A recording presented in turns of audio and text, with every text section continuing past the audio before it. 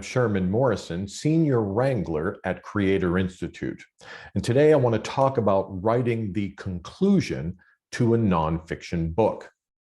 When you think about it, the two most critical chapters in a nonfiction book are the introduction and the conclusion.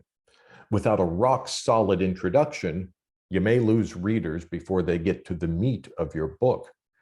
And if the conclusion isn't rock solid, then you risk leaving the wrong impression and the book not having its intended impact. Now, we've developed a couple of documents to help writers craft a conclusion to their nonfiction book. So let's take a look. In this document, Writing a Nonfiction Book's Conclusion, we walk you through a couple of different methods to structure a conclusion, as well as the various elements that should be included. In terms of the methods, we suggest either working backward, where you begin with the most recent idea you presented in the book, and then move backward, highlighting the major themes all the way back to the first one, reiterating your big idea or theory, and ending with your call to action for the reader. But you could also choose working forward, where you begin the conclusion by revisiting the compelling hook or story from your introduction, then highlight the major themes throughout the content, again reiterating the big idea or theory, and once again ending with the call to action for readers. Now, there are many elements in a conclusion to a nonfiction book that do mirror the 7 elements of an introduction. There's the hook. You want to cover the main themes and ideas that were in the book. Again, reiterate what that big theory or big idea was. Did it pan out? Were you surprised along the way? And then concluding with some kind of call to action. To help with that, you might revisit what was written for, who is this for, why read it, the problem, and why you're writing this.